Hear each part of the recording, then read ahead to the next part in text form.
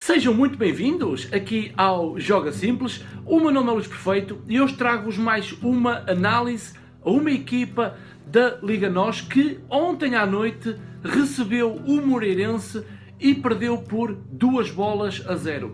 Estou a falar, claro está, do Paços de Ferreira, uma equipa que em casa via uma fortaleza porque os resultados eram positivos, mas ontem à noite a equipa de Augusto Inácio, em plenos contra-ataques, fez com que Vasco, o treinador do Paços Ferreira, e a equipa tenham perdido por 2-0 numa noite fria, com poucos adeptos, e o resultado dos 3 pontos foram levados para Moreira de Cónegos. Por isso, vou adotar na mesma o meu formato alterado, ou seja, falar dos princípios e comportamentos de jogo, depois dar a minha opinião sobre a primeira parte e a segunda parte e depois falar dos golos, que desta vez foi do adversário à equipa que eu vou analisar. Certamente é o Paços de Ferreira, uma equipa que está muito diferente aos anos anteriores, uma equipa mais fragilizada em termos de resultados e na classificação da tabela da Liga NOS, mas vamos em frente, vamos analisar um pouco o Paços de Ferreira, equipa da capital do móvel. Vasco, o treinador do Paços Ferreira, colocou o seguinte 11: na baliza Defendi, lado direito Bruno Santos, lateral esquerdo Filipe Ferreira, dupla de centrais com Monteiro e Baixinho, e depois 2 pivôs defensivos, Mateus e Vasco Rocha. À frente, uma linha 3 com Pedrinho, era o médio mais avançado da equipa do Paços Ferreira no corredor central, e depois Ricardo Valente à direita, Minhoca à esquerda, e estes dois foram trocando de posicionamento ao longo da partida. Minhoca aparecia várias vezes no corredor direito e Ricardo Valente no corredor esquerdo. Na frente, o ponta de lança Welton.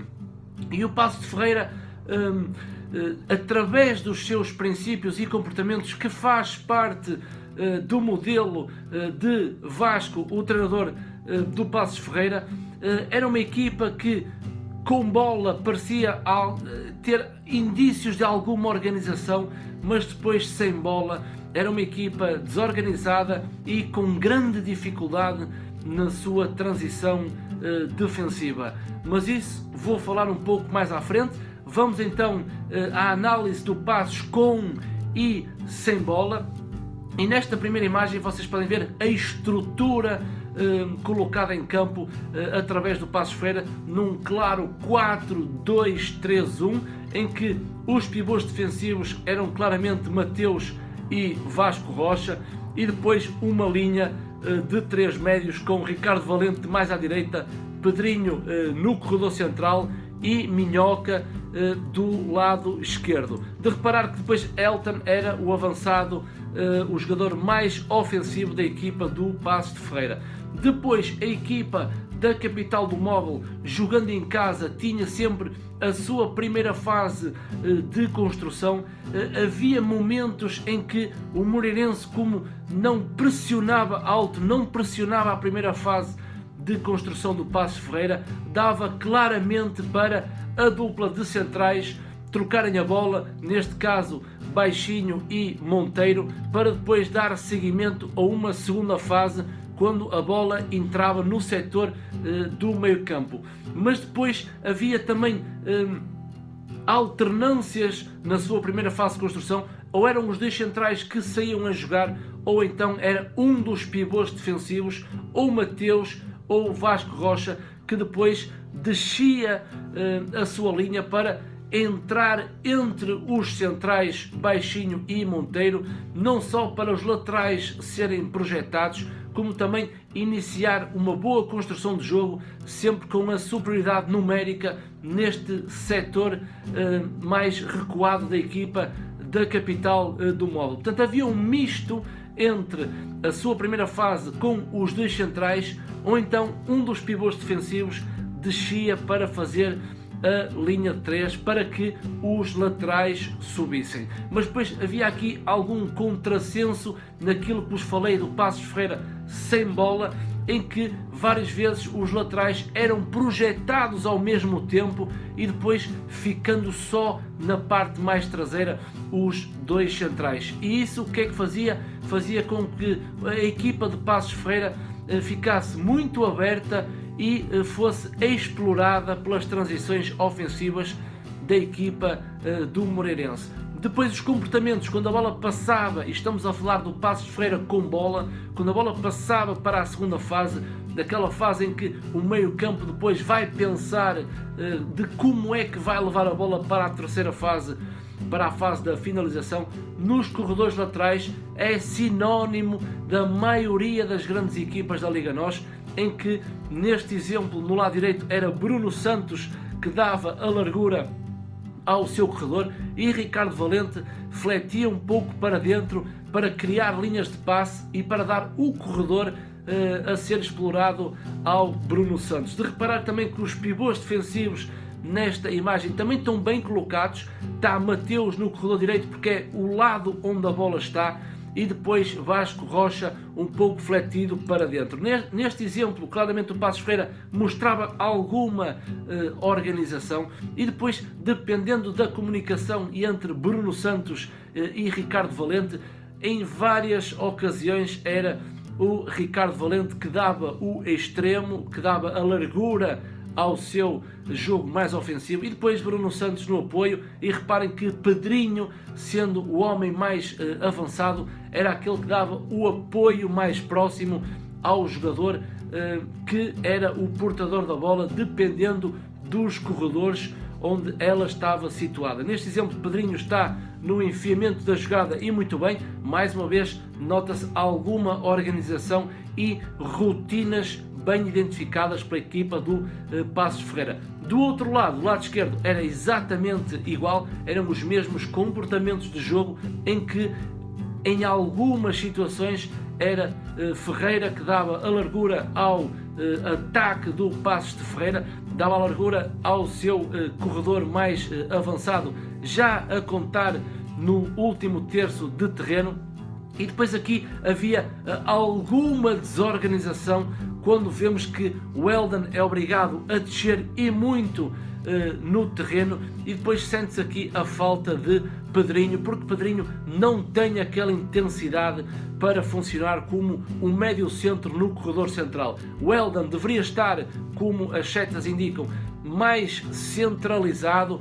Ricardo Valente deveria estar mais um pouco aberto ao segundo poste, e Pedrinho deveria estar na posição onde se encontra o Weldon. E aqui este exemplo foi para vos mostrar um pouco que Filipe Ferreira, o lateral esquerdo, também dava a sua profundidade ao corredor. Mas depois apareceram ali alguns indícios também, não é de alguma falta de organização, porque eu acredito que Vasco tem o seu modelo muito bem estudado, mas há jogadores que depois não vão interpretar muito bem os seus papéis dentro de campo. E Pedrinho, para jogar naquela posição, tem que ser um jogador com um grande pulmão e tem que estar sempre no apoio do lado da bola ao seu colega, ao seu portador de bola.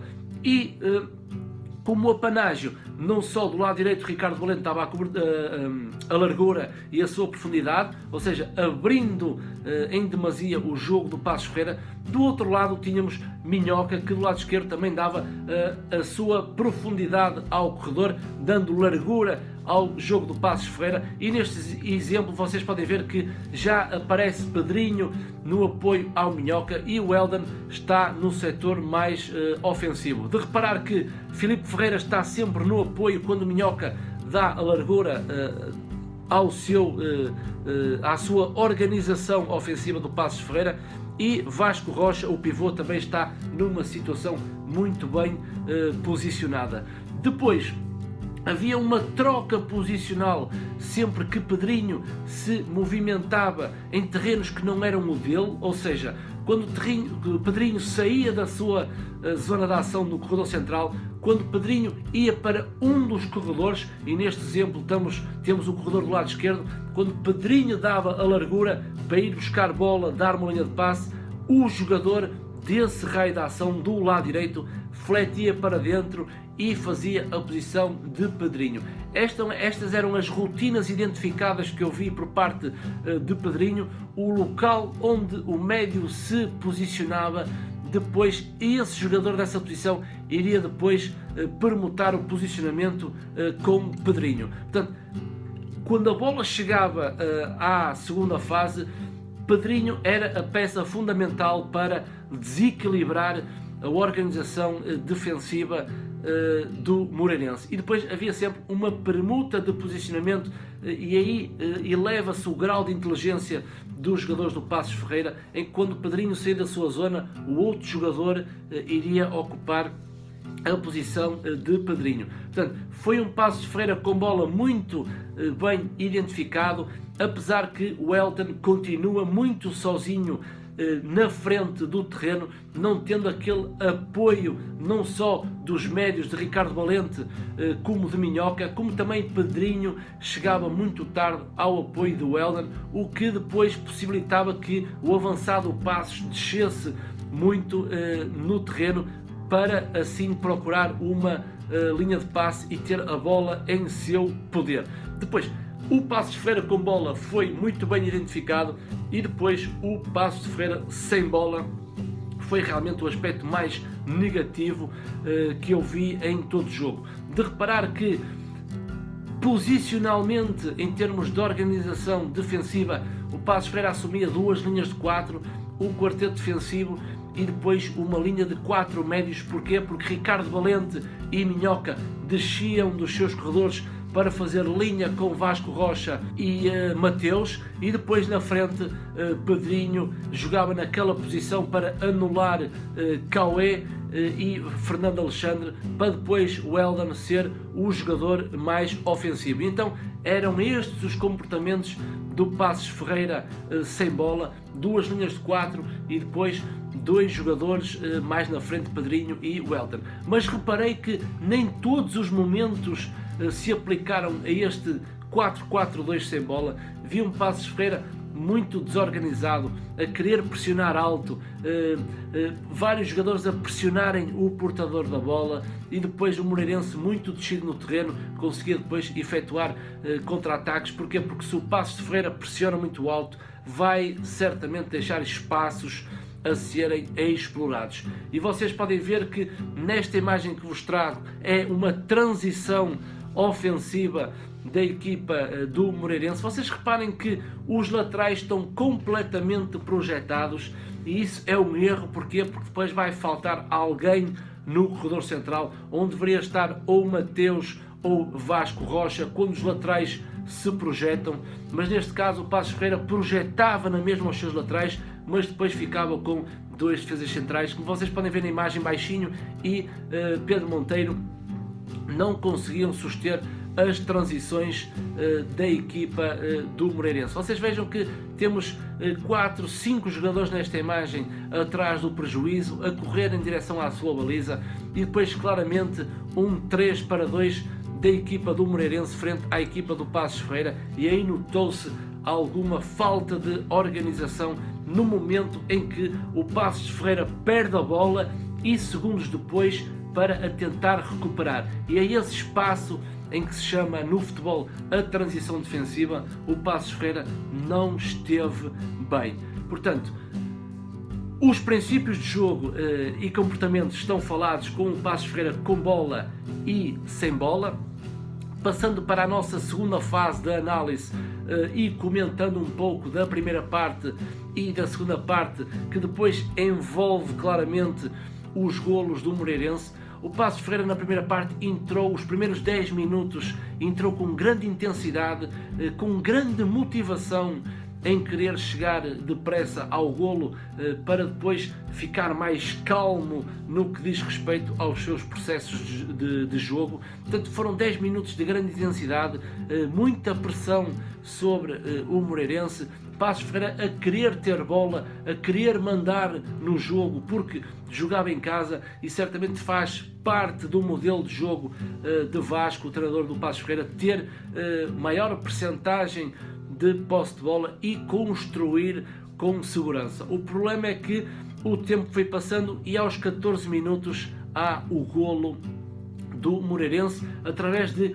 um erro infantil do Monteiro, do central, porque quando uma equipa joga à zona, o jogador não tem que sair do seu raio de ação atrás do jogador que desce no terreno, ou seja, há um jogador do Moreirense que faz o engodo, sai da sua posição e o central Monteiro vai atrás do jogador do Moreirense, criando um espaço nas costas. E foi assim que o Moreirense fez o seu golo por intermédio de Roberto, no lance em que Monteiro sai para marcar o jogador do Moreirense, que também sai da zona, e aqui há um erro, porque o Passos Ferreira não faz marcação individual, e então há o engodo do jogador do Moreirense que depois faz com que o passe seja para a zona de ação do central Monteiro, e Roberto, com grande classe, isola-se e pica a bola com o pé esquerdo, que não é o melhor pé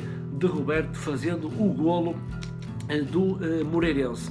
Depois, o Passos Ferreira, houve lances ainda na primeira parte que uma vez atacava o Passos, outra vez atacava o Moreirense, mas depois do golo do Moreirense, o Moreirense acabou por ser mais frio na partida, descendo as suas linhas e espreitando sempre o contra-ataque. Ao intervalo, entre Ivo Rodrigues e Andrezinho, sai Minhoca e Mateus, não muda a estrutura. Porquê? Porque Pedrinho desce para jogar ao lado de Pedro Rocha e Andrezinho vai ocupar a posição que era até à data de Pedrinho. E depois Ivo Rodrigues vai para um dos corredores onde estava a jogar Minhoca. Mas a segunda parte foi um Passos Ferreira que sem bola, nunca conseguiu anular Cauê e Fernando Alexandre. Eram os dois pivôs do Moreirense que faziam pensar o jogo. Nem o Elton, nem depois Andrezinho conseguiram anular a supremacia desses dois pivôs do Moreirense. Então o Moreirense conseguia não só controlar o seu jogo defensivamente, como depois explorar os seus contra-ataques. Outro erro, e claro está, falando já do gol do Moreirense aos 54 minutos, há um passe errado de Ivo Rodrigues e mais uma vez, isto é o grande erro do futebol moderno, é os dois laterais estarem completamente projetados quando não há uma salvaguarda no corredor central. Portanto, quando os laterais se expõem, ficando os dois centrais, é um crime para este futebol moderno. E o Moreirense muito bem faz o segundo golo, porque explorou a profundidade de Filipe Ferreira, porque a bola vai para a zona do lateral esquerdo do Passos Ferreira e Daniel Paudense, através de um remate, faz o segundo golo do Moreirense.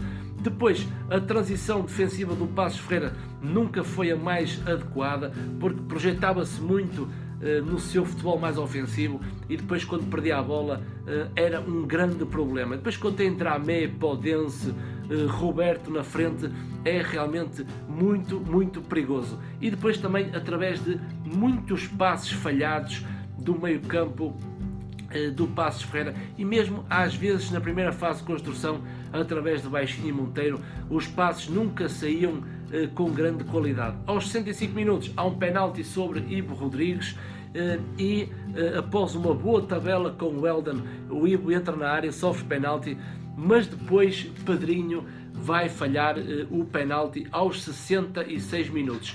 Eu acho que aí foi a chave do jogo, porque se o Passos de Ferreira aos 66 minutos tivesse diminuído a vantagem, depois o resultado poderia ser diferente. Apesar que o Passos na segunda parte tentou, chegou mais vezes à baliza, criou lances de perigo, mas não foi oportuno a concretizar as oportunidades que criou. Aos 71 minutos sai Ricardo Valente, entra Barnes, ou seja, Valente estava a jogar num corredor lateral, Barnes também foi ocupar a sua posição, também não houve uma mudança de estrutura, mas o Passos Ferreira, depois a perder por 2-0, foi atrás do resultado, mas já era tarde devido aos erros que cometeu, não só na transição defensiva neste jogo, como também na sua organização defensiva, não esteve a 100%. Por isso o Passos Ferreira perde em casa frente à equipa de Augusto Inácio, o Moreirense. Passos Ferreira está na 14ª posição à condição com 17 pontos, está ali, não digo numa situação muito perigosa, mas antevê-se que não vai ser fácil para esta equipa de Vasco, o treinador do Passos, e espero que consigam resolver os problemas da sua transição defensiva, da sua organização defensiva, para vermos também um Passos mais forte. Parabéns ao Moreirense, que conseguiu levar os 3 pontos para Moreira de Cónegos. Augusto Inácio está de parabéns, a equipa toda está de parabéns. Fica aqui mais uma análise, desta vez ao Passos de Ferreira, contrariando todas as análises que eu faço aos grandes de Portugal. Espero que vocês tenham gostado desta minha análise à equipa da capital do móvel do Passos de Ferreira. Da minha parte, o meu muito obrigado, grande likezão no vídeo, se gostarem é com um like que vocês apoiam o canal Joga Simples. Da minha parte, o meu muito obrigado e vemo-nos no próximo vídeo, porque este fim de semana vão surgir novas análises a equipas da Liga NOS.